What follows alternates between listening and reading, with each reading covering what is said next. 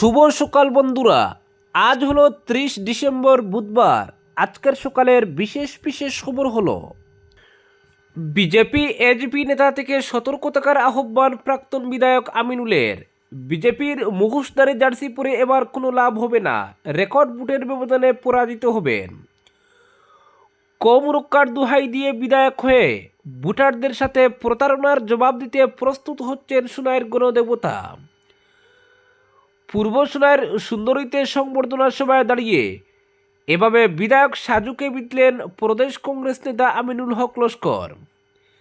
তিনি বলেন, আমি বিজেপির জার্সি পরে দুবার সুনাইবাসীর কাছে ভোট চেয়েছিলাম। শতকরা 90% হিন্দুর ভোটে প্রথমবার বিজেপির বিধায়ক হিসেবে নির্বাচিত হয়েছিলাম। হিন্দুর চেয়ে মুসলিমদের জন্য বেশি কাজ করেও লাভ হয়নি। গত নির্বাচনে বিজেপির জার্সি পরে আসায় সুনাইয়ের ভোটার আমাকে নিরাশ করেছেন। মুসলিম সংখ্যাগরিষ্ঠ কেন্দ্র হিসেবে বিজেপি প্রায় অচল সুনাইয়ে।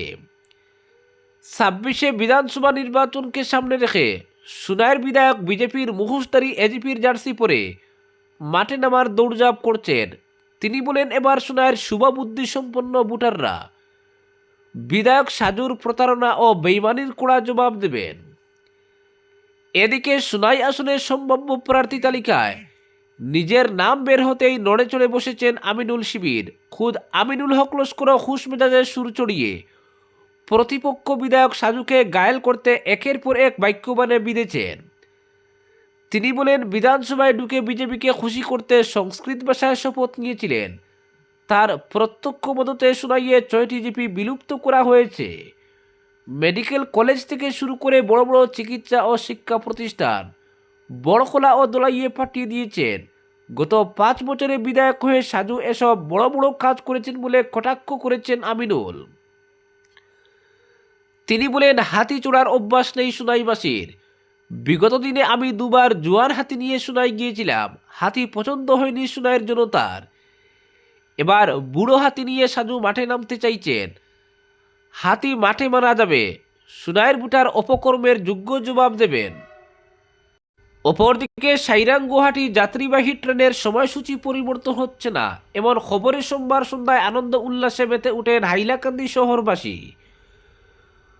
দুটি ট্রেনের সময়সূচি অপরিবর্তিত থাকায় রেল কর্তৃপক্ষকে সাধুবাদ জানিয়ে বক্তব্য রাখেন সুশীল পাল, ভগবান দাস সারদা, রঞ্জিত ঘোষ, কল্লোল চৌধুরী, সুরজিৎ দেব, শামসুল হক বড়বুইয়া, মানিক চক্রবর্তী, শান্তনু দেব প্রমুখ। তারা বলেন, রেল কর্তৃপক্ষ তাদের হঠকারী সিদ্ধান্ত পরিবর্তন করতে বাধ্য হয়েছে। হঠাৎ করে দুটি ট্রেনের সময়সূচি পরিবর্তন করায় জেলা জুড়ে বিভিন্ন দল সংগঠন আন্দোলনে নেমেছিল। আর এই আন্দোলনের ফসল সময়সূচি অপরিবর্তন। তাদের কথায় উত্তর পূর্ব সীমান্ত রেলওয়ে কর্তৃপক্ষ নয়া সময়সূচি পরিবর্তন করতে বাধ্য হয়েছে জনগণের আন্দোলনের কাছে নথি স্বীকার করে। সুভাষ চৌরঙ্গিতে আতশবাজি পুড়িয়ে ও বক্তব্য শেষে মিছিল করে হাইলাকান্দি রেল স্টেশনে গিয়ে আনন্দ উল্লাসে মেতে উঠেন এসব সংগঠনের অর্ধশতাধিক কর্মকর্তারা। অপরদিকে এঞ্জেল চাকমাকে হত্যাকারীদের কঠোর শাস্তি ও ন্যায় বিচারের দাবিতে কৈলাসহরে প্রতিবাদ কর্মসূচি। ত্রিপুরার 24 বছর বয়সী যুবক এঞ্জেল চাকমার মর্মান্তিক মৃত্যুতে রাজ্য জুড়ে শোক ও ক্ষোভের আবহ তৈরি হয়েছে। উত্তরাখণ্ডের দেরাদুনে পড়াশোনা করতে গিয়ে নৃশংস হামলার শিকার হয়ে শেষ পর্যন্ত প্রাণ হারালেন এঞ্জেল। 18 দিনের জীবন মৃত্যুর লড়াই শেষে শুক্রবার তার মৃত্যু হয়। এঞ্জেল চাকমার মৃত্যুতে শোক প্রকাশ ও দোষীদের কঠোর শাস্তির দাবিতে কৈলাসহর মহকুমার টিলাবাজার এলাকায় নাগরিক সমাজের উদ্যোগে এক প্রতিবাদ কর্মসূচি পালন করা হয়। কর্মসূচির শুরুতে 1 মিনিট নীরবতা পালন করে এঞ্জেলের স্মৃতির প্রতি শ্রদ্ধা নিবেদন করা হয়। এই প্রতিবাদ কর্মসূচিতে উপস্থিত ছিলেন ইনসাফ পরিষদের সম্পাদক দিলওয়ার হোসেন খান, শিক্ষক হুসাইন আহমেদ, সমাজকর্মী ও টিলাবাজার জামে মসজিদের ইমাম আব্বাস আলী আল জালিলি, সমাজকর্মী নাইমুদ্দিন সহ আরও বহু বিশিষ্ট ব্যক্তি। বক্তারা ঘটনার তীব্র নিন্দা জানিয়ে অবিলম্বে দোষীদের দৃষ্টান্তমূলক শাস্তির দাবি তুলেন। তারা বলেন, এঞ্জেল চাকমার মৃত্যু শুধু একটি পরিবারের ক্ষতি নয়, এটি মানবতার পরাজয়। ন্যায় বিচার নিশ্চিত না হলে এমন ঘটনা ভবিষ্যতে ঘটতে পারে বলে আশঙ্কা প্রকাশ করেছেন বক্তারা। তাদের স্পষ্ট বার্তা, ঘৃণা নয় মানবিকতা, নীরবতা নয় ন্যায় বিচার। অপরদিকে আসামের ভূমি বাংলাদেশি মুক্ত হবে বললেন স্বরাষ্ট্রমন্ত্রী অমিত শাহ। বর্ধমায় শ্রীমন্ত শঙ্করদেবের আবির্ভাব ক্ষেত্রের উদ্বোধন করে এক জনসভায় ভাষণ দেন কেন্দ্রীয় স্বরাষ্ট্রমন্ত্রী অমিত শাহ। ভাষণের শুরুতেই তিনি জগৎগুরু শ্রীমন্ত শঙ্করদেবের চরণে প্রণাম জানান। অমিত শাহ বলেন, অতীতে দখলের কবলে থাকা শ্রীমন্ত শঙ্করদেবের জন্মস্থানে আজ এই সুবিশাল প্রকল্প নির্মাণ করা সম্ভব হয়েছে, যা আমাদের সকলের জন্যই আনন্দের বার্তা। বর্ধমা প্রকল্পের দ্বার উন্মোচন করতে পারা তার জন্য পরম সৌভাগ্যের বলে উল্লেখ করেন তিনি। নিজের ভাষণে অমিত শাহ বলেন, সমগ্র উত্তর পূর্ব ভারতে ধর্মের প্রচার করেছিলেন দুই গুরু। আজকের দিনটি তার কাছে অত্যন্ত সৌভাগ্যের দিন। তিনি বলেন, গোপীনাথ বরদলৈ না থাকলে আসাম ভারতের অঙ্গ হয়ে থাকত না। গোপীনাথ বরদলৈর কারণেই আসাম ভারতের অঙ্গ হিসেবে রয়ে গেছে। বরদোয়া থেকে নববৈষ্ণব ধর্মের নবজাগরণ শুরু হয়েছিল। বরদোয়া 500 বছরের ঐতিহ্যের প্রতীক হিসেবে চিরকাল প্রতিষ্ঠিত থাকবে। এই প্রকল্পের ভূমিপূজন তিনি করেছিলেন এবং আজ প্রকল্পের উদ্বোধন করার সৌভাগ্য তার হয়েছে বলে জানান অমিত শাহ। অপরদিকে প্রয়াত খালেদা জিয়া দীর্ঘ রোগভোগের পর মৃত্যু। বাংলাদেশের প্রাক্তন প্রধানমন্ত্রীর বয়স হয়েছিল 80। খালেদার কিডনির সমস্যা অনেক পুরনো। গত 23 নভেম্বর শ্বাসকষ্টের কারণে তাকে হাসপাতালে ভর্তি করানো হয়েছিল। পরীক্ষার পর ফুসফুসের সংক্রমণ এবং নিউমোনিয়া ধরা পড়ে। বয়স হয়েছিল 80। অশীতিপুর বিএনপি নেত্রীর শারীরিক পরিস্থিতি গত কয়েকদিন ধরেই সংকটজনক ছিল। রাজধানী ঢাকার হাসপাতালে সিসিইউতে চিকিৎসাধীন ছিলেন তিনি। সূত্রের খবর, বয়সজনিত কারণে পরিস্থিতি অনেক জটিল হয়ে উঠেছিল, কারণ তার শরীরে আগে থেকেই একাধিক সমস্যা ছিল। একটির চিকিৎসা করতে গেলে অন্য রোগের উপর তার বিরূপ প্রভাব পড়ছিল। কিডনির কার্যকারিতা অনেকটা কমে গিয়েছিল খালেদার, ফলে টানা 4 দিন তার ডায়ালিসিস করাতে হয়। শুক্রবার পর্যন্ত খালেদা কোনো কথাই বলেননি। শনিবার অবস্থার সামান্য উন্নতি হয়েছিল।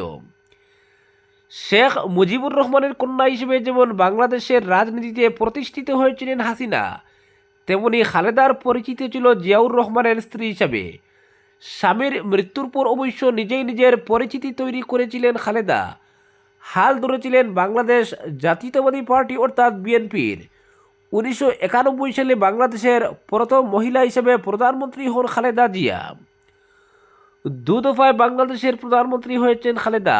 প্রথমবার 1991 থেকে 1996 পর্যন্ত, দ্বিতীয় এবং শেষবার 2001 থেকে 2006 সাল পর্যন্ত। অপরদিকে উন্নাও দর্শন কাণ্ডে দোষী সাব্যস্ত বিজেপির বহিষ্কৃত বিধায়ক কুলদীপ সিং সেঙ্গারের মুক্তি আপাতত স্থগিত করল সুপ্রিম কোর্ট। দিল্লি হাইকোর্টের দেওয়া জামিনের নির্দেশের বিরুদ্ধে সিবিআইয়ের আপত্তি শুনে সোমবার প্রধান বিচারপতি সূর্যকান্তের বেঞ্চ জানায়, পরিস্থিতি গুরুতর হওয়ায় কুলদীপকে এখনই মুক্তি দেওয়া যাবে না। 4 সপ্তাহের মধ্যে তাকে হলফনামা জমা দেওয়ারও নির্দেশ দেওয়া হয়েছে। সিবিআইয়ের পক্ষে সওয়াল করেন কেন্দ্রের সলিসিটর জেনারেল তুষার মেহতা। তিনি গোটা ঘটনাকে ভয়াবহ আখ্যা দিয়ে বলেন, নির্যাতিতার কাছে আমাদেরও জবাবদিহি করতে হয়। উল্লেখ্য, দিল্লি হাইকোর্টের যুক্তি ছিল কুলদীপ সর্বোচ্চ 7 বছরের সাজা কাটিয়ে ফেলেছেন, কিন্তু সিবিআই জানায় তার অপরাধের জন্য সর্বনিম্ন সাজা হওয়া উচিত 20 বছর। প্রধান বিচারপতি শুনানিতে স্পষ্ট করেন, সাধারণত কোনো দোষী সাব্যস্ত ব্যক্তিকে জামিনে মুক্তি দিলে তা বাতিল করা হয় না। তবে কুলদীপের ক্ষেত্রে বিষয়টি আলাদা, কারণ তিনি অন্য এক মামলাতেও দোষী সাব্যস্ত। তাই দিল্লি হাইকোর্টের 23 ডিসেম্বরের রায় স্থগিত করা হচ্ছে। উল্লেখ্য, উন্নাও গণধর্ষণ মামলায় যাবজ্জীবন সাজাপ্রাপ্ত কুলদীপকে দিল্লি হাইকোর্ট জামিনে মুক্তির নির্দেশ দিয়েছিল।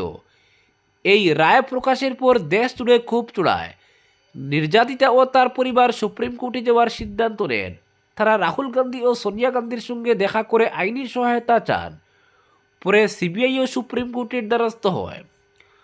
সোমবার শুনানিতে প্রধান বিচারপতি আরও জানান, নির্যাতিতা চাইলে আলাদা করে রিট পিটিশন জমা দিতে পারবেন। আদালতের অনুমতির প্রয়োজন নেই। প্রয়োজনে তাকে বিনামূল্যে আইনি সহায়তা দেওয়ার নির্দেশও দেওয়া হয়েছে।